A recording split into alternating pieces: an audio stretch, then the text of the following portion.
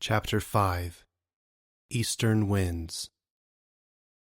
"I don't think King Jupiter's cause is picking berries," Heather said. She and Pickett had, as they had predicted, been ordered to make the trip into West Wood and pick berries after breakfast. The stranger, who introduced herself as Lady Glenn, had said little at breakfast. They ate quickly, feeling the unspoken urgency in the air. Lady Glenn eyed them sternly throughout, but before they left on their errand, she gave Heather a quick smile. "You're right, Heather," Pickett said, hurling a stick into a tangled bramble off the path. "But it's our job anyway. We may as well enjoy it." Heather slumped her shoulders and pushed out her bottom lip, walking as if heavy with gloom. Then she burst off running with a laugh. "Last one to Gladeberry is a turtle!" "No fair!" Pickett shouted, running after her. Heather was upset about being left out of the important stuff back at the house, but it was hard to be sad on a day like this. All around them, Nick Hollow was coming alive. The spectacular rainstorm of the day before had made everything greener and brighter. Never mind the broken limbs and downed trees. It was a perfect spring day, breezy and bright. The air was warm around them, and above them lay a deep blue blanket of sky. The sunlight sparkled through the wind-bent boughs of trees, dancing in an ever-shifting pattern of shadows along the path. They ran for a long time, around Evergreen Row, along the widening stream, and even straight past Seven Mounds. Seven Mounds was always an enticement to distract them from chores, but not today. Last summer they had discovered what appeared to be a hidden cave entrance at the base of the third mound. It was a small crack, almost impossible to see. They weren't sure if Heather could fit through it, and Pickett had been too afraid to go in alone. They had agreed to try it again sometime, but hadn't yet gotten up the courage.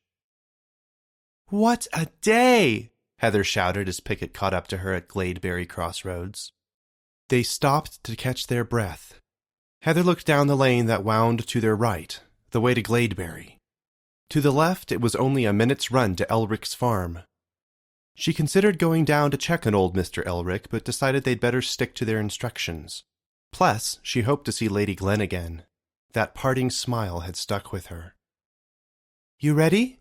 she asked after a minute. "Of course," he said, still puffing. "I was just stopping for you." Heather smiled, shaking her head. Why do boys have to pretend to be so tough? "All right," she said, clapping. "Let's—" A faint but distinct scream came from the direction of Elric's farm. "Was that—" Pickett whispered, but Heather held up a hand for silence. She waited, hoping they would not hear it again. All she could hear was the beating of her own heart and Pickett's labored breathing. Another scream, this time louder and more urgent. There were more noises, gruff and insistent, followed by more screams. "The house!" Heather shouted, grabbing Pickett's arm. "Run!" She darted off back in the direction of their home, running hard. Pickett followed quickly, though they were both tired from their long run of just a few moments before. They moved fast, Heather in the lead. Every terrible possibility flashed before her eyes as she ran. She imagined their elderly neighbor, Mr. Elric, being attacked by enormous bloodthirsty hawks, talons razor-sharp and beaks gaping. Then she imagined them attacking her home, baby Jacket, mother and father. Father would know what to do. They had to reach home. She noticed that Pickett had lagged behind her, clutching his side.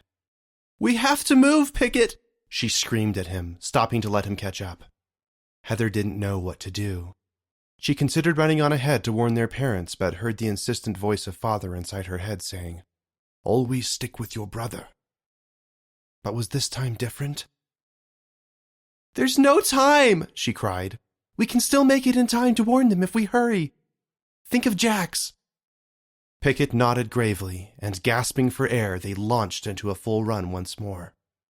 Heather smelled something awful. This day, which had been so bright and lovely only moments ago, felt suddenly heavy with doom. Even the sky seemed to darken and grow gray.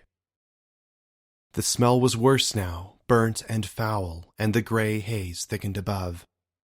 Heather's foreboding grew. They raced past 7 mounds and through Evergreen Row, worry filling their fast-beating hearts. They turned the last corner out of West Wood, preparing to sprint across the meadow to their home. Heather skidded to a stop. She was not prepared for what she saw. Their elm tree home was on fire.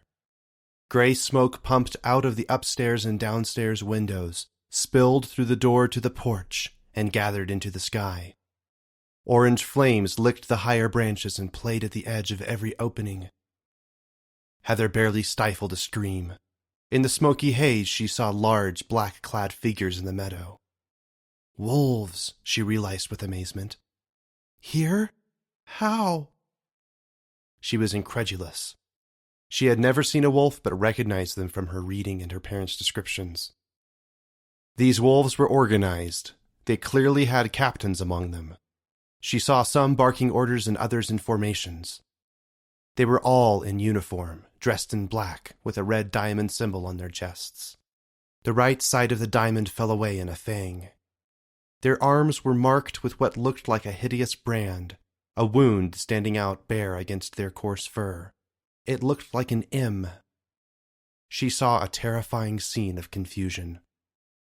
She hesitated only a moment, then grabbed Pickett and dragged him back into the woods. Then she darted sideways, hauling her terrified brother into a thorny thicket. Once inside, they got a look at some of what was happening in the meadow. Their meadow. Heather strained to see through the smoke, trying to find her parents and baby Jax. She saw a collection of around 15 wolves in the foreground, about halfway up the meadow, near the fallen maple limb. The maple tree, half burned with a tangled scar of black char where the lightning had ripped through it, somehow still stood. The hard rain had doused the flames that would have surely overtaken it. It struck her as almost funny that she noticed the red ribbon on their star stick, wedged in one of the still intact limbs of that dying, damaged tree, trapped forever in the clutches of a charred and crippled monster. Some of the wolves were prowling around the edges of the pack, looking in all directions. Teeth bared, their harsh, snarling voices polluted the air. Heather viewed them as a foul offense. They looked, she saw with terror, very hungry. In the hazy distance near the house, she could vaguely see what looked like a struggle. She tried to make out the forms darting around through the smoke and flames. Was that gray form, Father? She strained her eyes. Pickett interrupted her focus, sobbing loudly. She pressed her hand over his mouth, then shook him, finally lifting his chin to look in his eyes. She was stern, serious. Not now, Pickett, she whispered. Later. What would Father want? Pickett nodded, raking his hand across his nose and sniffing. He took a deep breath. Heather gave him another stern look of confidence, nodding. Then she bowed her head, collected herself to look again at the awful scene of her ruined home. She turned, then gaped in terror. 5 wolves were running straight at them.